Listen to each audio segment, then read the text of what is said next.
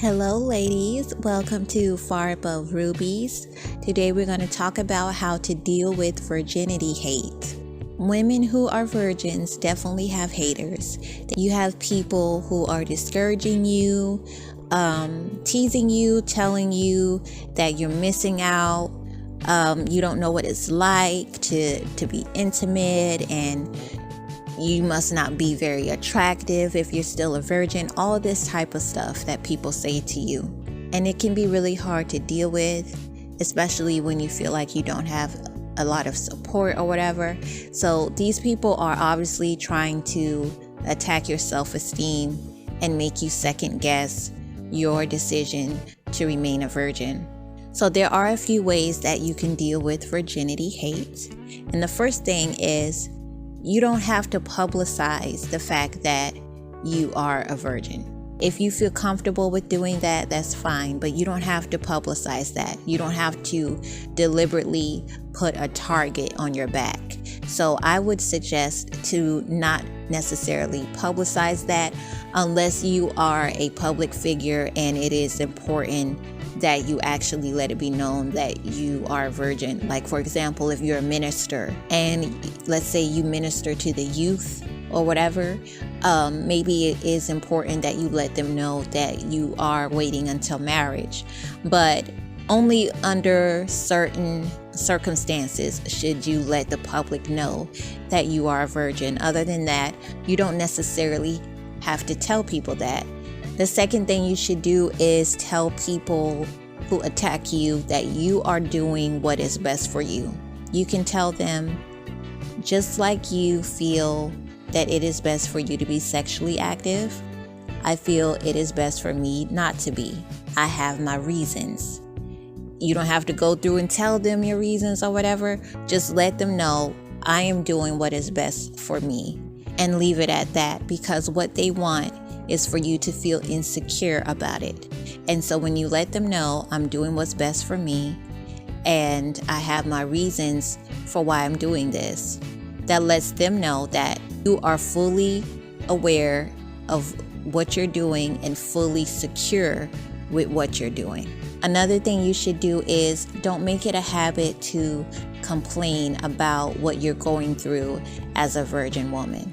Don't continuously talking about how unfair you're treated, how people look down on you, how people judge you or whatever. Because if you keep going on and on about how bad things are for you, all it's going to do is make people say, see, that is why you shouldn't keep your virginity. That is why you should just let it go, because obviously you're miserable.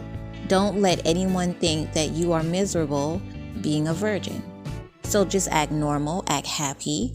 I don't even want to say act. I'd rather just say be happy, because it is something to be happy about.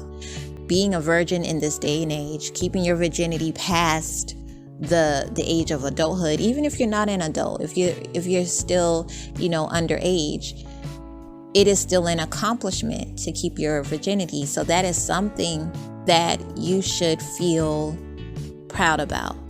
So don't go out here, feeling down and talking down on yourself or talking about how bad things are for you, because that just makes people say, hey, being a virgin is not a good thing, because all of the virgin women seem to be very miserable.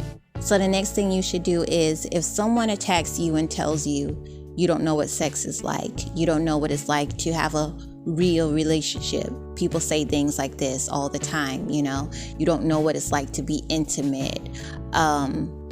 When they tell you those things, tell them you are right. And I also don't know what it's like to have STDs. I don't know what it's like to have kids out of wedlock and be a single mom and take care of children by myself. I don't know what it's like to have to get an abortion because I got pregnant by the wrong man and I don't want to have his baby. And just start going through all of the downsides of having premarital sex, and tell them I also don't know what those things are like. And I'm glad I don't know what it's like. because what people want you to do is focus on the sex, the sexual act, and the pleasure that comes from the sexual act. But there are consequences that comes with sex. And so what you should do is say, you're right, I don't know about the sexual pleasure, but I also don't know about all these other bad things that happens as a result of having sex. And lastly, you should try to get as much support from other women as you possibly can. The other women don't have to be virgins. They can just be women who agree with your decision to remain a virgin.